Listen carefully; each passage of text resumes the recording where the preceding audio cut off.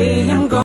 There ain't got no way, ain't got no way I'm gonna make it without my Lord. No, ain't got no way I'm gonna make it without my Lord. No, ain't got no way I'm gonna make it without my Lord. No.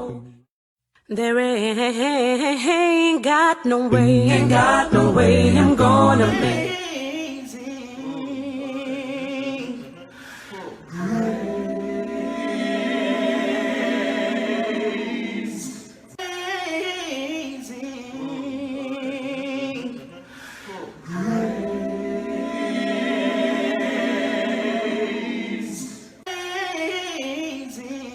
I see our guest is here present, and I know that our producer has some challenges. So, without further ado, let me introduce our guest to the program, and I will tell you a bit about him before he is made live on the screen. He's a consultant psychologist, coach, author, speaker, and his name is Dr. Angelo Valenti. He's a consultant psychologist in Nashville, Tennessee. He earned his bachelor's degree from Case Western Reserve University and his master's and PhD from the University of Georgia. He taught psychology at Oklahoma City University and worked as a consultant with the RHR International before opening his own firm in 1982. He's also the author of a book entitled You're Making This Way Too Hard. Find your easy way to enjoy life. So, without further ado, let's welcome our guest, Angelo, or Dr. I should say, Angelo Valenti, live on Breaking Out of Depression. How are you going, Dr. Valenti? I'm terrific. How are you, Andy? I'm wonderful, and thank you for asking. And we appreciate you, and we appreciate you taking the time to be with us on this episode of Breaking Out of Depression. We're looking forward to this discussion with your expertise, your experience, and your knowledge to help our people to take control of their lives as we share the content that we know you would bring to our program. So, first of all, let me ask you this. How would you describe your life for the past 40 years or so being involved as a consulting psychologist and some of the challenges that you would have faced where you would have had to come to the rescue and help people deal with taking control of their lives? Well, my my consulting journey's been really interesting. I started my practice in 1982, and the business world was a much different place then than it is now. There have been so many advances in technology. There's been so many advances in diversity. There's been so many advances in leadership uh, theories and practices, and but the one thing that hasn't changed is people. Hmm. People people don't I don't think people their basic motivations, their basic needs, their drives, what makes them happy, what makes them sad, what gives them joy. I think most of those things haven't changed in thousands of years. It's Mm-hmm. just the environment that people uh, are living in has obviously changed. And one of the biggest changes is the pace at which we receive information and the amount of information Mm-hmm. that is available to us. And in many cases, that's been a blessing because it's just easier to find out things that you want to know. But it's also been a bit of a curse because it's easy for us to get overloaded with information, misinformation, disinformation. And it's very easy to go down the rabbit hole and start to place too much emphasis on what you're seeing or hearing or reading. Yeah, I get that. Thank you for sharing. We as a faith-based organization, our focus is twofold, and we prefer it to be holistic because we cannot deny the scientific aspect or the scientific side of life. It's as real as our noses are on our faces. But we also understand the basic spiritual foundation. And we see times where people have many challenges bringing the two together with regards to having that holistic approach to life and taking control of circumstances, taking control of situations. Have you seen any misconceptions with regards to the scientific aspect of taking control of their lives from a mental perspective with regards to the people that you deal with in your profession? Well, I think people almost have a fear of taking control of their life because it's a little bit more challenging because Hmm. it forces you to take responsibility. Right. And people a lot of people don't like to take responsibility, even though when you do take responsibility, it's not only liberating, but it makes you a more valuable person because Hmm. you can accept both your successes and your failures with the same sort of equanimity uh, because you're in control. And I think Right. one of the most important things that people need to learn is that whether they believe it or not, they are responsible for every decision they've made in their life. They had a choice. And the example that I use often is take somebody who has developed an alcohol problem or an alcohol Mhm. addiction. At some point in their life, they made a decision to take that first drink, Yeah. right? And Yeah. and many people are able to drink socially. Many people hardly drink at all. I'm one of those. Smoking cigars is my vice.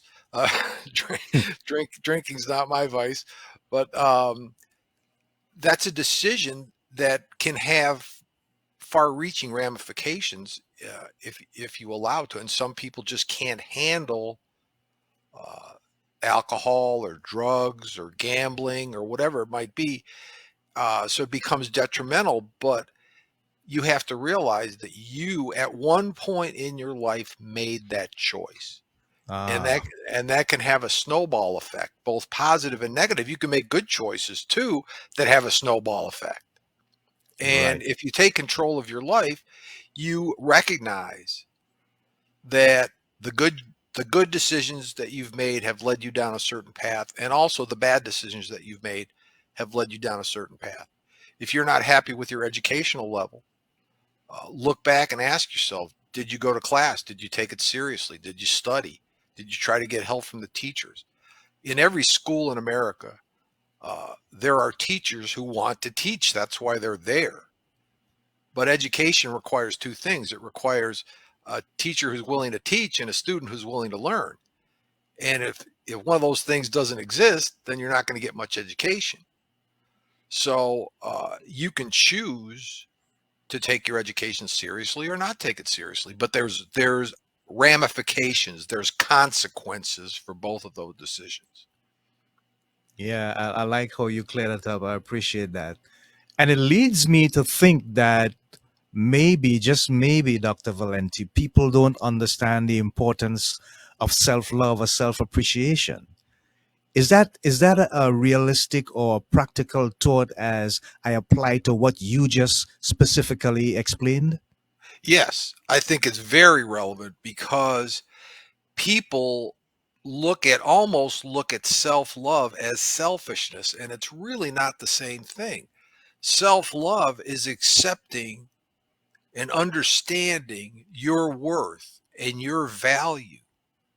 And you can't I don't believe that you can sincerely and honestly love anybody else unless you Hmm. love yourself Yeah, first. starts with you. Yeah, yeah, And yeah. I'll expand on that. And I think Mhm. uh, if you love yourself, you're going to be more likely to take care of yourself. And I think self Right. care and self love are very closely tied to one another. Yeah, I agree. I agree 100%. What are some of the challenges that the people that you deal with face with regards to taking control of their lives? Are you seeing a specific pattern, or is there a number of different areas that they are challenged with when they come to you? Well, I think the challenge is, since I'm a business consultant, many of the people that I'm Hmm. working with are executives or Right. leaders or potential leaders, Right. and some of them are stuck at a point in their career where they don't feel fulfilled. They don't feel like they're accomplishing the things they want to accomplish. They don't feel like their career is providing them with the psychic gratification, if you will, that it should. They feel like they're kind of on a treadmill, like a hamster. And when I'm coaching those individuals, we go back to two things. We go back to the decisions that they've made, and we go back to what their goals are, what their vision is, what are their dreams, what gives them joy, what do they like about their job, what don't they like about their job, and Okay. what do they really want to, from a professional standpoint, what do they really want to accomplish? So many people, I'm coaching a lot of people right now who are, for want of a better term, they're almost in the pre-burnout stage. They're working 70, 80 hours a week. They're taking time away Hmm. from their family. They don't see their friends as much as they should. They're not taking care of themselves physically. They're not Yeah. really enjoying any recreational activities. And they've been in that routine for so long that it finally gets to the point where they say, if I keep doing this, I'm not going to last. Something really bad's going to happen, either physically, Yeah. mentally, or emotionally. Yeah. So I'm really trying to help those folks learn how to prioritize their time, learn what's really important to them in their life, learn how to reconnect with their family and their friends and themselves. Because in many jobs, they'll suck as much out of you as you're willing to give them. Yeah. That's so true. We have seen burnout of preachers, evangelists, leaders in our organization, in our realm, in our world. And it's something that we need to be concerned about because, on a practical level, there is that human aspect that is tested to the core and sometimes just can't stand up to the pressure. What are some of the practical things that you have advised or would advise that they prioritize and take better control of their lives in terms of how they manage the time that they have and themselves in that time? I think it's really important for everybody to find something every day, do something every day that gives them joy, that makes them genuinely feel like the world is a wonderful place. And it could Yeah. be, and it's different from person to person. For some people, running 10 miles gives them joy. Right. I mean, they get the endorphins going, and Hmm. they're out in the countryside, and it makes them feel good. For some people, it's reading a good book that keeps them Hmm. interested. For some people, it's just petting a puppy, or sitting by a lake, or it whatever it is. I don't know what that is for you, but you should know what it is for you. And if you Yeah. don't, you better find it. Find Mm. something that gives you joy. And I think the second factor that's really important is, if you don't have it already, develop an attitude of gratitude. I know that's a cliche, Ah, but I yeah. think it's really important to wake up every day, and sometimes you're gonna have to maybe uh, do it as a task in the morning, to write down three things that you're grateful for. And again, those can be small things. But if you wake every morning with an attitude of gratitude, then you're going to find things to be grateful for all around you. And that's going to make your attitude better. It's going to make your interactions with other people better. When was the last time you said to a friend, I really appreciate you. Thank you for being my friend? That is such a simple thing. But Yeah. most people don't say it. And what's worse, they may not even say it to their spouse or their significant Wow. other, right? Wow. Yes. I mean, how many times do you think you can say, I really appreciate you. Thank you? It's never going to become old. The people that love you are going to like hearing it. It's going to make you feel good saying it. And you might get a, gee, I appreciate you too back, which is going to make you Hmm. feel good. Yeah. Yeah. Yeah. We share some oxytocin. Yeah. Wow, I love that. I don't think that the attitude of gratitude is a cliche as much as some people make it out to be. I guess it depends on your level of perspective and your level of understanding. And ironically, I was speaking about the difference between thankfulness and gratitude before you came on. So, and Well, I'm sorry I missed that. I would have learned something.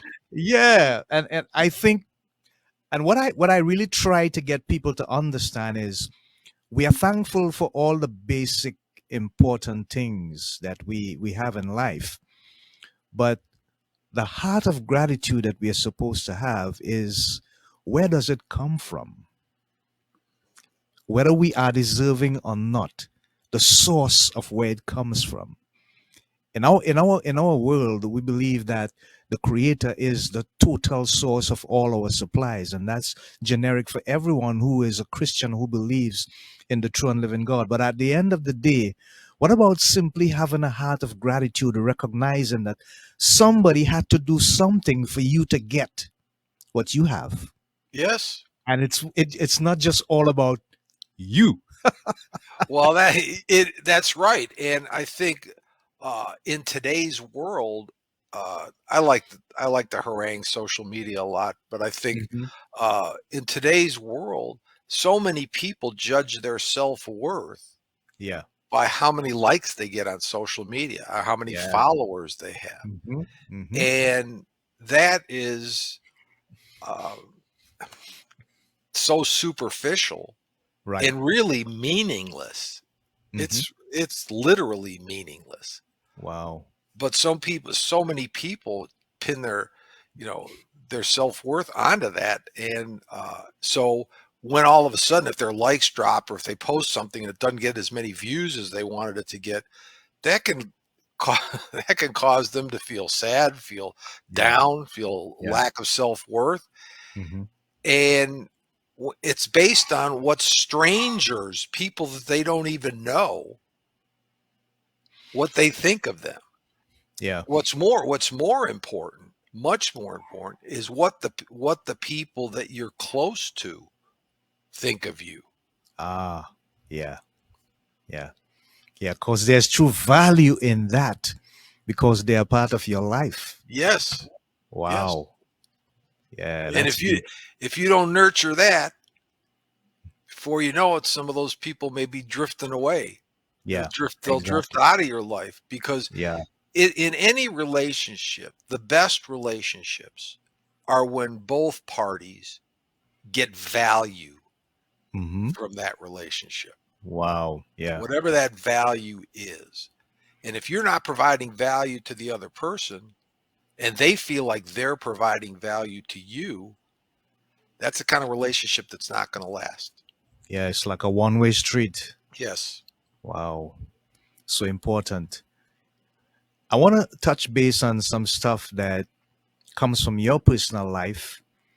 And I'm going to read some of the information here. It says, I've traveled these choppy waters myself, from divorce through the death of my second wife and the many business ups and downs over the last 40 years.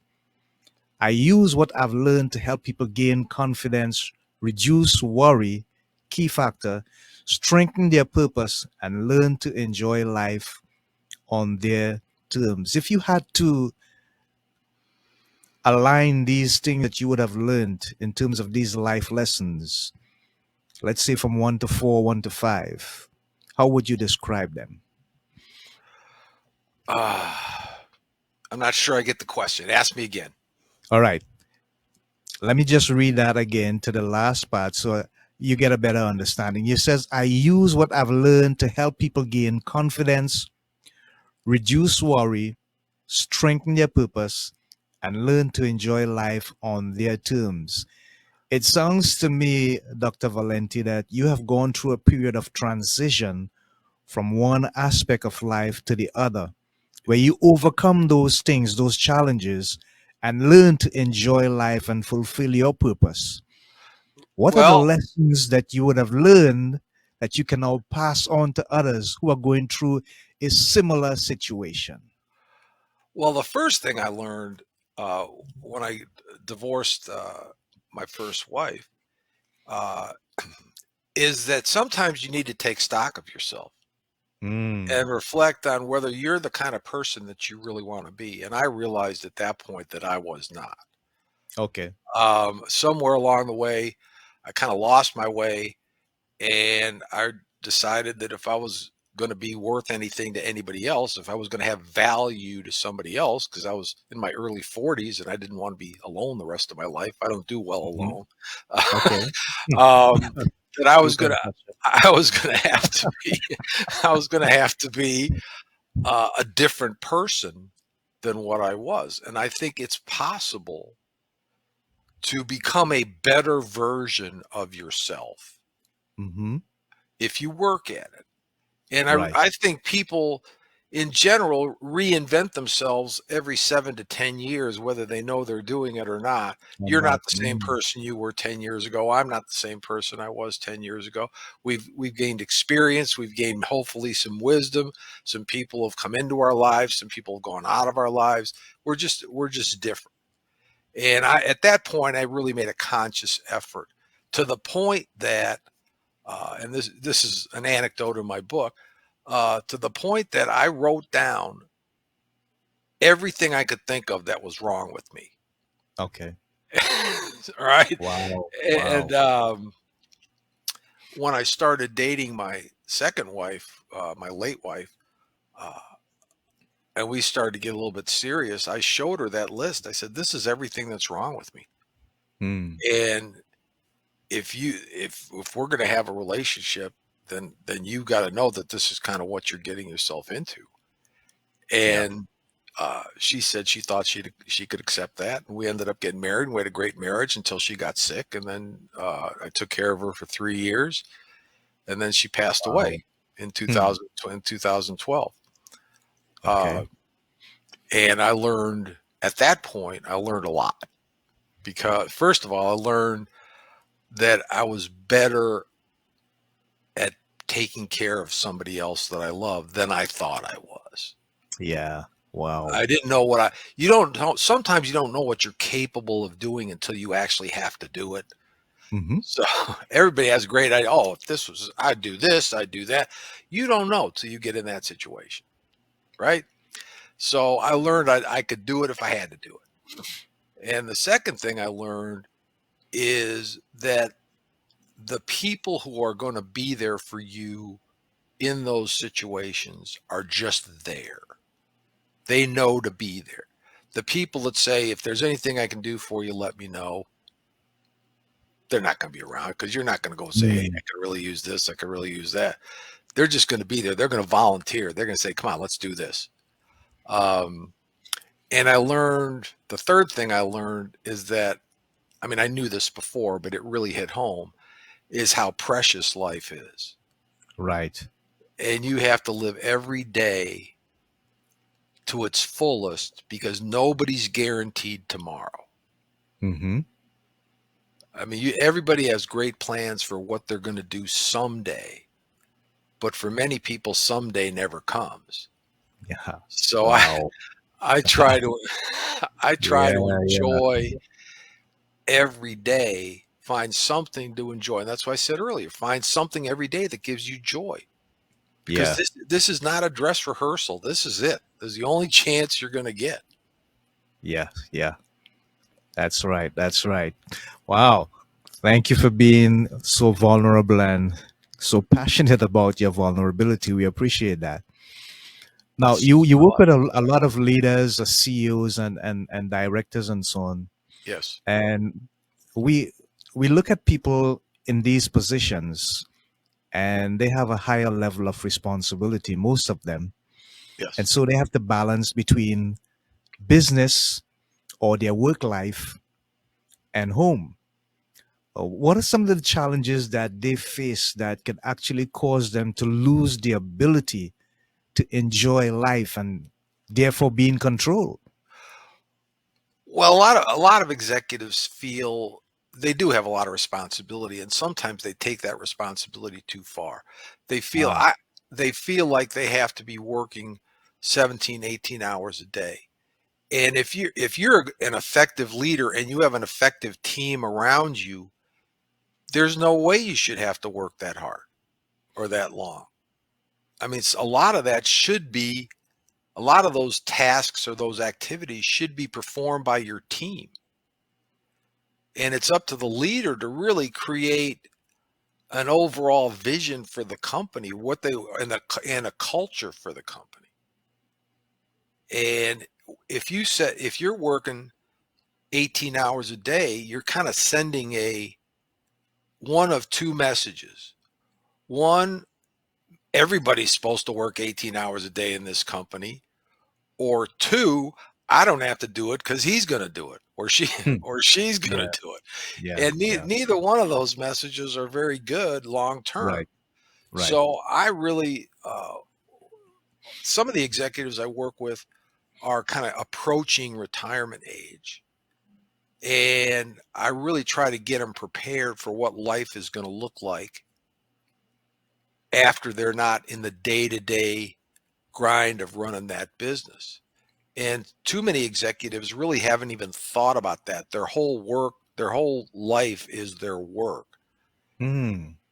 And they don't have a plan for what's Wow. their life going to look like when and some of them will be on boards of directors somewhere, or they'll start consulting with a nonprofit, or there's a variety of things that they could be doing. But if they don't have a clear idea of what the next, in many cases, 20, 25 years of their life is going to look like, uh, sometimes they don't adjust very well. So I try to get them prepared for what that is going to look like. Find the next thing, because many of them just love their work, which is good.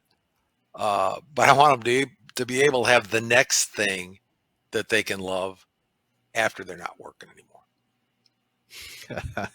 Yeah. Makes a lot of sense. Makes a whole lot of sense. Thank you for sharing, Dr. Valenti. Now, in terms of your profession, why did you choose psychology? What it is that attracted you to that specific field of psychology? Well, that came about by accident, to be honest with Ah, you. yeah, yeah. When I was in graduate school, my goal was to get a PhD and teach college. Mm-hmm. Uh, I like teaching, uh, and so that's what I did. My first job out of graduate school was teaching college at Oklahoma City University. And after 1 year, I was named chairman of the Department of Psychology, which I was totally unprepared for. But Yeah. that wasn't my decision. And after 4 years of teaching, I had two young children, and I realized that I wasn't going to be able to provide for them in the way that I wanted to provide for them if I stayed in teaching. It's a satisfying but not very lucrative profession, and I wanted to provide for my family in a little bit better way. So I joined a consulting firm, and that's where I found out that I really like working with businesses and business people. And one of the great things about business people, if you're consulting with them and once you collect the data and you learn about them and their company and what they're trying to accomplish, if you have a suggestion for what might make that business better or might make the people in that business better, they're going to listen and they're going to try it. And so it can be very satisfying if you make a suggestion that maybe they hadn't thought of or approached it in a little bit different way. Uh, it's gratifying to see the results. And business people always have the attitude of let's try to make this better. Let's not stick with the status quo. And the successful businesses, I mean, the businesses that don't make it are real happy staying with the status quo until everything around them changes and the status quo doesn't work anymore. Uh, Yeah. when I was a kid, Sears was the biggest retailer in the world. and try finding a Sears now somewhere.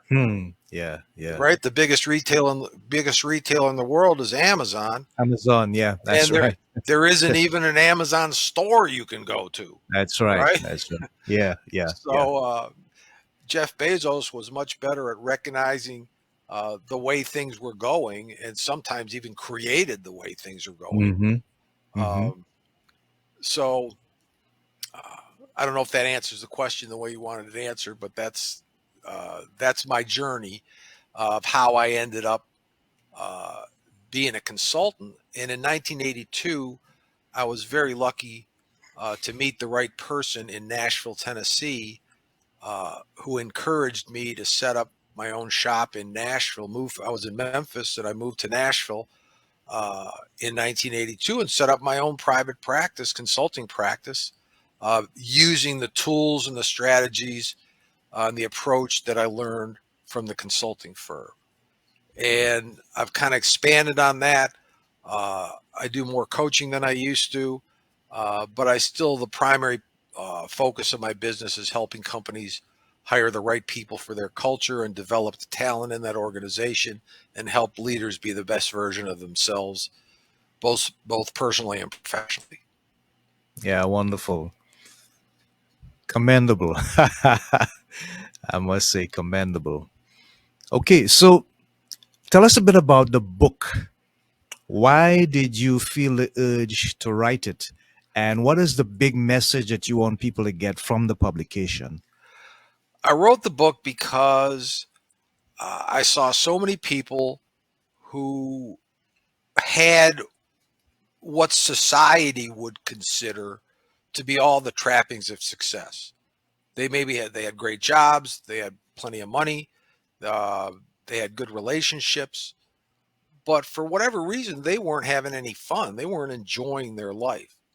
They were plagued with self doubt, self worry, anxiety, uh, feeling the pressure to be all things to all people.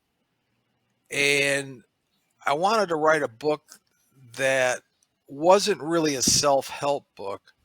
It's a self acceptance book.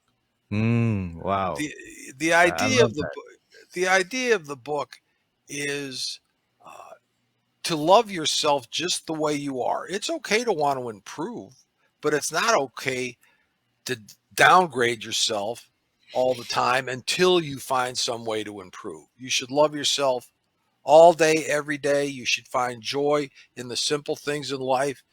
You should take control of your life.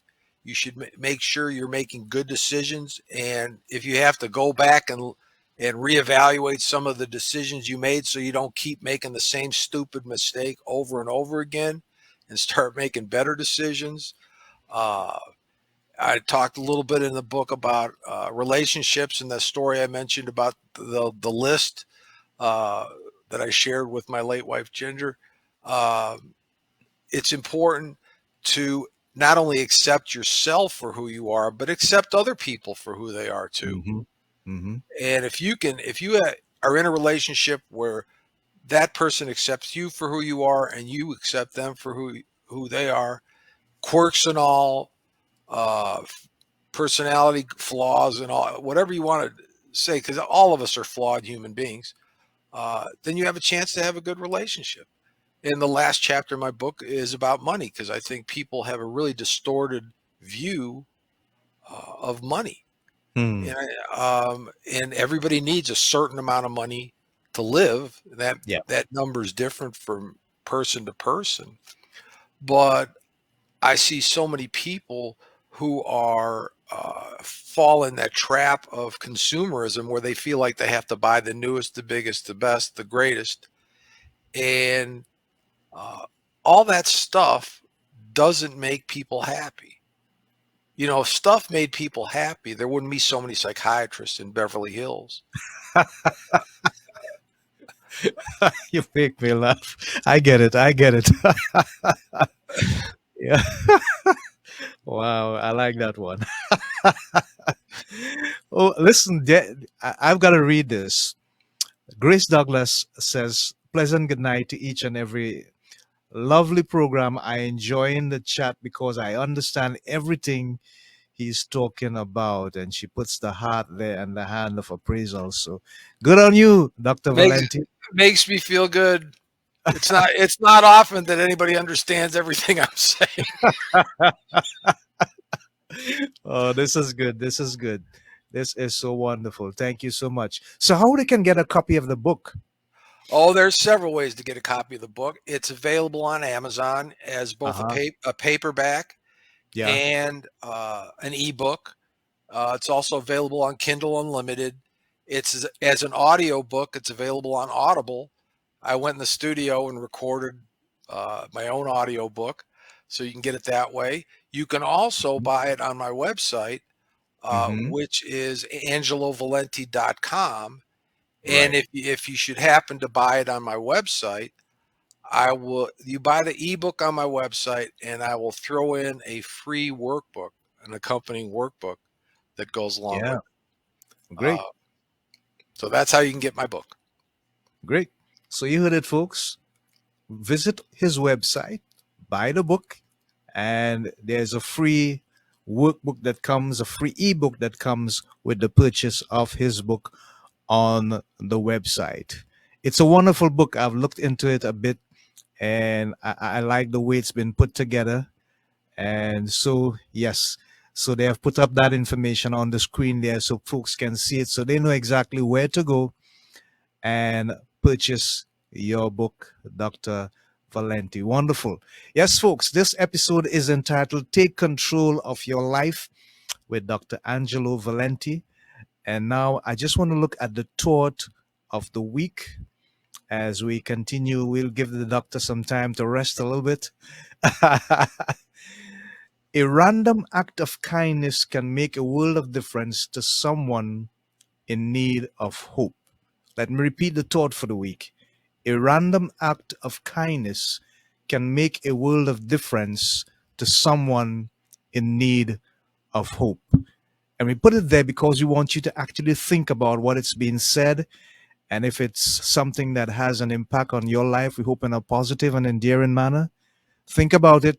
And just remember, just one simple act of kindness to someone every day or every opportunity you get can make a difference. You could never know if that person is just in need of remembering or reminding themselves that they matter and there's still hope in the world. So, thank you for your commitment and your continued support as we continue with Dr. Valenti live here on Breaking Out of Depression. So, in terms of the people that you deal with, mostly leaders, and I like the fact that you deal with leaders and people in authority and so on, how do you help them to take control of their lives if they've reached a point where they are totally burnt out? Say they are, it's like they are at the crashing point and they are in pieces and they really need to get back up and start all over again. How do you assist someone in that particular position? Well, what those people need is kind of a reset. Because there's an old saying in the United States Navy, when you're up to your butt in alligators, it's hard to remember the original objective was to drain the swamp. Uh-huh. And people can get so tied up in the day to day that they lose sight of what's really important. Mm-hmm. And burnout is by definition, it's working towards something furiously and energetically. You're working towards something that you're not even sure you believe in anymore, Wow. or that's not really important, but you're stuck doing it because you got into this routine. And people who are absolutely love what they do, whether they're building a business or whether they're involved in some recreational activity that they love, or they don't get burned out because they're loving what they're doing. The people who get burned out are the people who aren't getting anything or enough from the effort that they're putting in, or they're working toward the wrong things. So when I said reset, you have to reassess your goals. You have to decide what's really important to you in your life. You have to learn how to manage your time better. I spend a lot of time helping executives learn how to separate the urgent from the important. I help them work at a little more realistic pace and not try to go 3 4 hours straight without stopping. I think it's much more effective to go the Pomodoro technique of working 25 minutes, 5 minutes off, 25 minutes, 5 minutes off. If you do that three or Mm, four times and then take a little bit longer break, uh, I think you could be much more effective because your performance deteriorates over time if you don't take some time to rest yourself both physically and mentally. that's very interesting. Ah, something of food for thought. So we have a video I'd like our producer to run at this time, and then I'll take your comments on that video, Doctor, if we Sure. can get it. Greetings, everyone. Today we delve into an intriguing subject: influence of positive thinking and how optimism can shape our reality. Whether we encounter daily obstacles or significant life changes, choosing an optimistic outlook can radically alter our experiences. It involves more than simply disregarding negative aspects. It entails approaching life's challenges in a constructive and positive manner. This involves focusing on the best possible outcomes instead of fixating solely on the worst scenarios. Yeah, right. So, okay, so we can get some comments now from Dr. Valenti. Oh, sure. Um, I think a positive attitude is approaching any situation with a positive attitude is going to end up with a better result than if you have a negative attitude about it. I mean, you can be positive and realistic at the same time. I mean, a positive attitude doesn't mean, gee, there's nothing could possibly go wrong with this. This is terrific.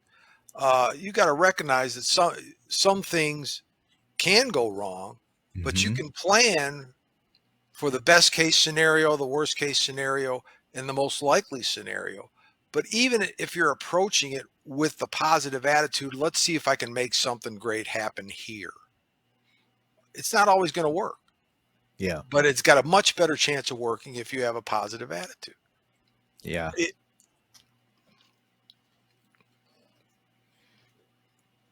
You were saying? oh, I no, I that's pretty much it. It's and it sounds simple, but it's sort of like worrying. Ah, What does worrying accomplish? mm, It yeah, doesn't accomplish anything. yeah, It's like sitting in a rocking chair. It occupies your time, but it doesn't get you anywhere, right. right? So a positive attitude, first of all, it's going to frame how you approach problems in a different way. If you look at problems as opportunities to grow or challenges instead of problems, problems has such a negative connotation to it. Hmm. Um, Look at it as an opportunity. Yeah. In fact, I've heard there's a saying, I don't know who said it, that problems are opportunities in work clothes. Hmm. And you just have to, if you approach things with the idea, I can work my way through this. And if you approach it with that positive attitude, you got a much better chance of working your way through it and much less chance of giving up. If you look at every situation as a problem, it's really easy to give up and to feel overwhelmed. But if you look at them as challenges or opportunities to grow or opportunities to change, you got a better chance of seeing things through. Okay, great. I appreciate that because my philosophy is really simple, and I would often tell my wife, don't use the word problems. Just consider them as challenges, and these challenges are opportunities for us to understand more things about ourselves. When it comes to worrying, we know that worrying is a no-no because it gets nothing, it gets you nowhere. There's no result, nothing good comes out of worrying. As a matter of fact, with reference to the scriptures. If we could only grow one grain of hair upon our head by worrying, then it would make a world of difference. But we can't even do that. So what's the Right. use? Right. What's the use of worrying? It just does not make sense. Let me share a bit of something with you. Maybe you've heard this before. There was a time that I believed that the word fail, Fail, in its form represented something negative until I attended a seminar and somebody said FAIL in a true practical sense means first attempt in learning. And that changed my whole perspective about it.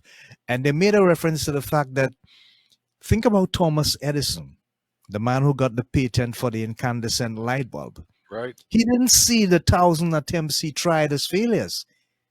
As a matter of fact, he said publicly they were stepping stones to the success that he and his team eventually accomplished. So I get it. It's that mindset that you have that must say, I see opportunity here. I don't know where the opportunity is, but I'm thinking there must be an opportunity somewhere here for me to grow, to develop, to learn, to see something or know something that I had not known or seen before. And therefore, I'm going to look at every situation from that perspective. I love it. What does the future look like for Dr. Angelo Valenti in terms of your practice and the services that you're offering to people to help them learn to take control of their lives and really enjoy it?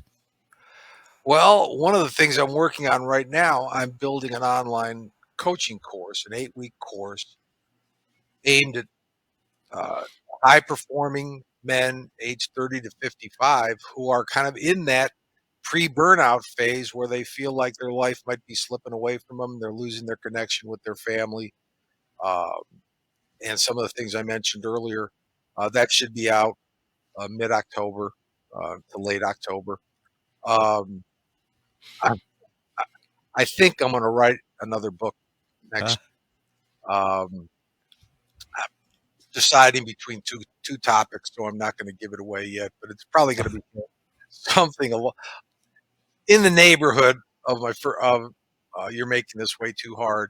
Uh, Okay, so it's like a sequel or something. yeah, kind of, but that's kind of because that's what I'm passionate about. And All right. if you write about what you're passionate about, it goes a lot smoother. Believe me, 'cause I've Mm-hmm. about stuff that I really didn't care about, and it did not Yeah. go. Um, and yeah, so uh, to kind of circle back to the what you mentioned about Thomas Edison, one of the great things I love about working with entrepreneurs is most entrepreneurs have failed way more times than they succeeded. Mm-hmm. And every time they fail at something, they learn what doesn't work or they learn how to do things differently or maybe Right. better. Right. Um, and it's those entrepreneurs are fascinating because they really have a don't quit attitude. They're just going to keep, they have an until mindset. They're going to keep going until they're successful. And if Right. it doesn't work the Right. first time, it doesn't work the second time, it doesn't work the third time, eventually they're going to hit on something that's going to be a big success because they're not going to stop until they do. Mm. Yeah. Wow. I love that. We have a couple comments from members of the audience. I'd like our producer to put them up just to mention. Grace Douglas said, beautiful thought for the week. Well said. We appreciate that. We thank you for your comment. And there are two others as well from Gracie Vincent. So true. 100% worries is the most. Uh-huh. And there's another thought. Worries is the worst. Always put God in the mix and he will understand. Well said, Gracie Vincent. Thank you for those comments. We continue to appreciate your commitment to making this show very family oriented and attractive as we continue to look forward to build this community and develop and grow on breaking out of depression. What is one of the key factors, Dr. Valenti, that separates successful leaders from struggling leaders? Well, one of the things that the biggest thing I think that separates successful leaders from those who are less successful is successful leaders, uh, first of all, know what they want to accomplish. They have a vision for what they want to accomplish. And the second thing they have is a desire to bring people along with them, to Mm, coach them, to mentor them, to get the right people on the bus, as the old saying goes, yeah. and really inspire them and give them the tools and resources to do what they do best and get out of their way and don't keep them from doing their best work. Um, the best leaders are the best delegators and the best people. They have the most empathy and the most understanding of people. And they always have an outward focus that how can I help my team get better? So they're thinking not only how can I make myself better, how can I make my team better? What can I do to help them to do their job better, to be the best professional version of themselves?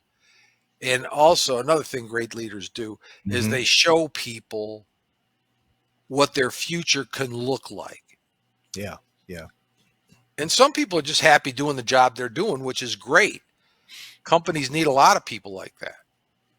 But if you have a vision for what you want to be in the future, a great leader is going to show you ways that you can get there. Hmm. Yeah. Yeah. What role, and I know this is a question that really requires maybe some introspection, but maybe the evidence is out there that everyone can see. But what role does community, and when I say community, I mean every other ecosystem that exists around people, whether you're a leader or not, the people that you socialize with, sporting activities you go to, the time you spend on social media, what social media platform you spend time on. What role do these things play in affecting people's ability to really take control of their lives and enjoy it? Well, um, it has a big impact. The people, the people, the positive people, the joyful people in your circle are the ones that you want to associate yourself with because they're going to bring that positive energy. They're going to bring that Hmm. positive attitude. They're going to be Yeah. they're not going to get easily discouraged. And they're not going to tell you all the hundreds of reasons why you shouldn't do something. They're going to tell you the reason why you should do something. Okay. Um, so community can have a real positive or real negative effect. One of the worst things you can do is associate yourself with people who aren't going anywhere or doing anything. They don't have any motivation. Maybe they're involved in some things that they shouldn't be involved in. Maybe they just have an attitude of they're miserable all the time. They're negative. They're going to be constantly feeding you negative messages. And if you're fed negative messages enough, over time, you're going to start to believe them. Hmm. But if you're fed positive messages all the time, you're going to start to believe those too. Yeah. So that's why your associations are really important and how seriously you take social media is really important. Social media is entertainment. There's a little bit of information mixed with a lot of entertainment.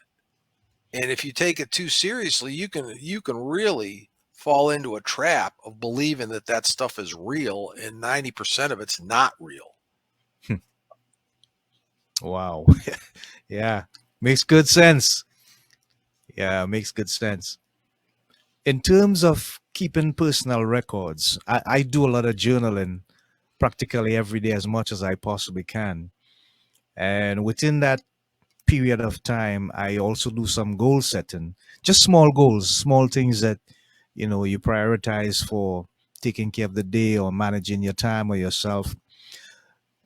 Do you recommend journaling for people who are desirous of taking control of their lives? And if so, how much journaling should they do? Well, that's such an individual question. Some people love to journal, and some people will share their not only their experiences, they'll share their thoughts, they'll share uh, it with themselves. They're sharing it in their journal. But I think it's important to write down your goals and objectives because the act of writing something down, and if you're going to journal, I recommend doing it with a pencil or pen and paper instead of doing it on the computer, because there's something about writing something down that has a bigger impact on keeping it in your brain and in your thoughts. Okay.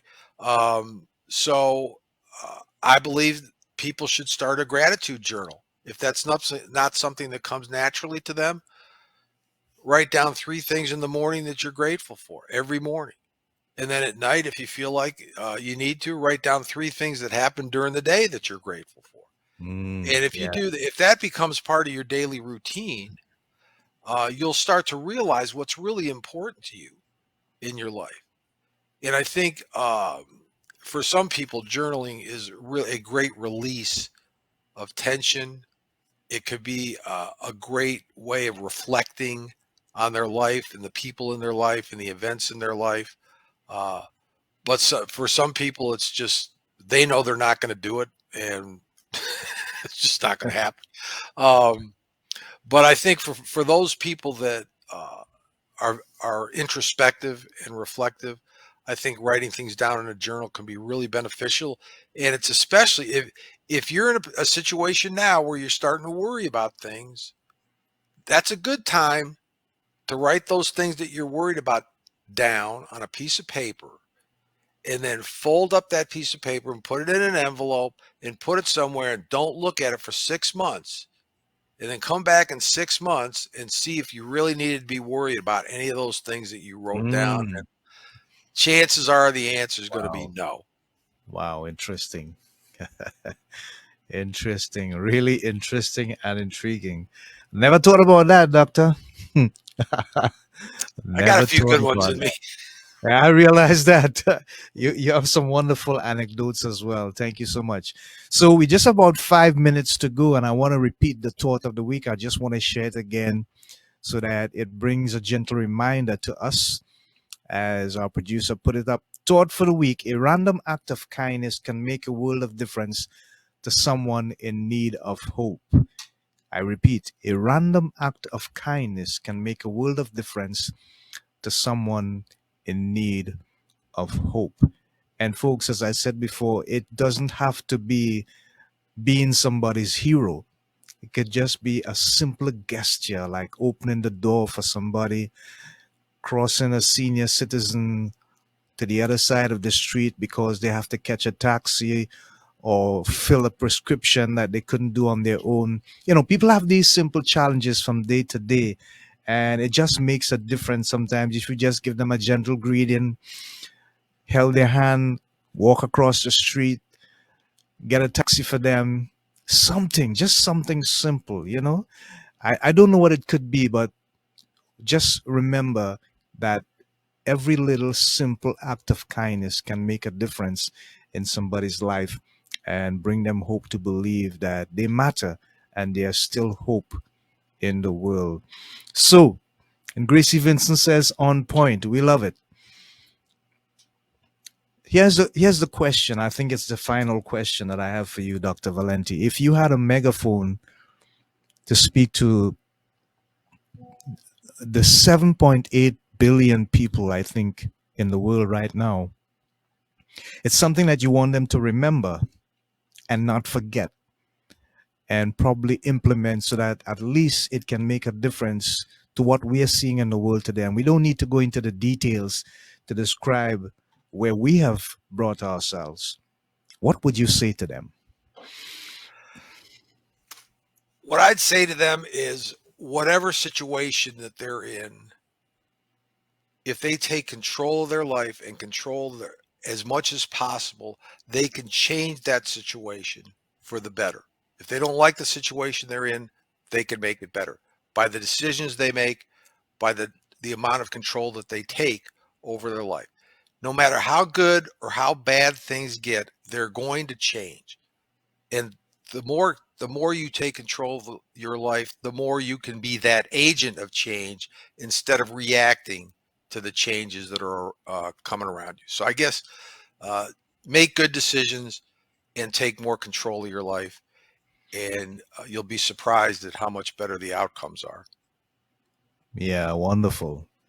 A famous writer, I can't recall his name, said that the generation that survives is not necessarily the strongest, but the one that is most susceptible to change. Yeah, that was Charles And Darwin. there we go. I thought it was him. The name was somewhere in the back of my mind. Thank you. Thank you, Dr. Valenti. And so it reminds me of the fact that we have to understand that there is still hope for many of us in this world. Sure. If we understand that change is the only true constant that exists, and we can do it in so many different ways. And all it takes is just one sense of recognition that the road that we are going down, if we continue going, the end result may not be in our best interest. And therefore, it cannot be in the best interest of the people that are in our lives that we associate with on a daily basis. So, as we wrap up this episode, just remember that you can still take control of your life. The choice is yours. The things that you do, think, and say, you have the final decision as to how you do it, when you do it, and of course, why you do it. But always remember the choices that you make, good or bad, they have consequences, they have results. So if you sow good seeds, expect good results. We'd ask Dr. Valenti to stick around just for a couple minutes. The director may have a couple things to say to him or a couple questions to ask him. But for the audience, we thank you so much for your continued commitment and your support to this program. Continue making your comments and ask your questions, and please tell someone about breaking out of depression. Every Tuesday we are live at 6:30 p.m. Eastern time, and then our guests come on at 7 p.m. Eastern time. And like Dr. Valenti, they spend an entire hour with us investing in building this community and making a positive, endearing, uplifting, inspiring, and transformational difference and impact to your lives. Thank you so much. Godspeed, God bless. Shalom. Until next time, keep doing all that you can to break out of depression. Bye for now. We love you. Stay blessed. There ain't got no way, ain't got no way I'm gonna make it without my Lord, no. Ain't got no way I'm gonna make it without my Lord, no. Ain't got no way I'm gonna make it without my Lord, no. Ain't got no way I'm gonna make it without my Lord. Trouble in my way, but daily